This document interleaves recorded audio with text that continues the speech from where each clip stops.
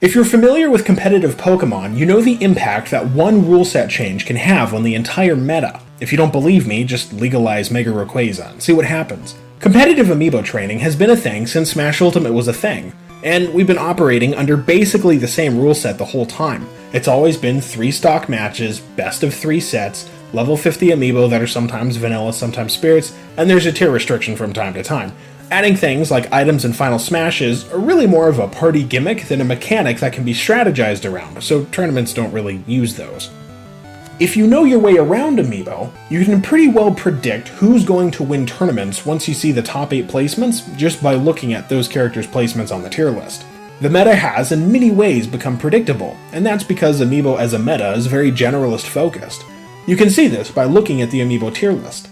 S-tier Amiibo pretty much always beat everything below them.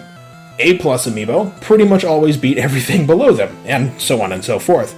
This is partially due to the structure of our tournaments. We submit a single Amiibo and put it against an unpredictable variety of opponents. Only the Amiibo with the overall best matchup spread will carry the day. As a result, that Amiibo ends up higher on the tier list. However, we sometimes see lower-tiered Amiibo consistently beating higher-tiered Amiibo. Zelda, for example, is in A tier, which is pretty good. Mii Gunner, however, is in A+, and could reasonably be at home in S. Historical data shows us that 3 out of 4 times, though, Zelda beats Mii Gunner. If you're watching an Amiibo tournament with this sheet in front of you, you're going to have a better prediction than anyone else watching, because we just know how it's going to shape up.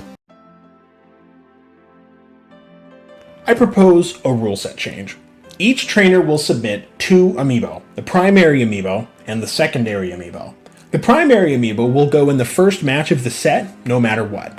The secondary Amiibo only jumps in if the primary Amiibo loses a game. So in a best of 3 set, where a trainer has submitted, we'll say Zelda, for his first Amiibo, and then Link for his second, if Zelda loses the first match, the tournament organizer will swap in his Link.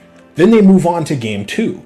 At the same time, the opponent has also submitted 2 Amiibo, so if the opponent loses game 2, then his counterpick comes up. Tournament hosts could also add a rule where the primary Amiibo will be below a certain tier placement set by the tournament organizer, and the second Amiibo can be from the same or higher tier.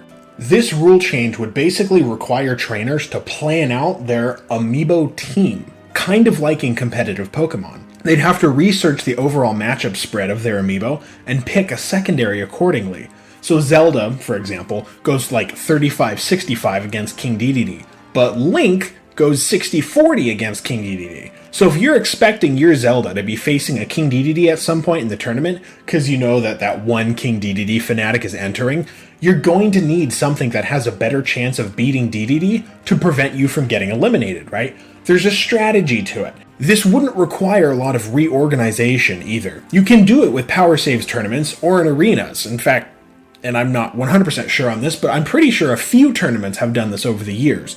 All existing Amiibo formats are perfectly compatible with this option. Singles, doubles, everything can be just how it is, but now we have some variety to our meta. What do you think? Tell me in the comments, and don't be afraid to subscribe.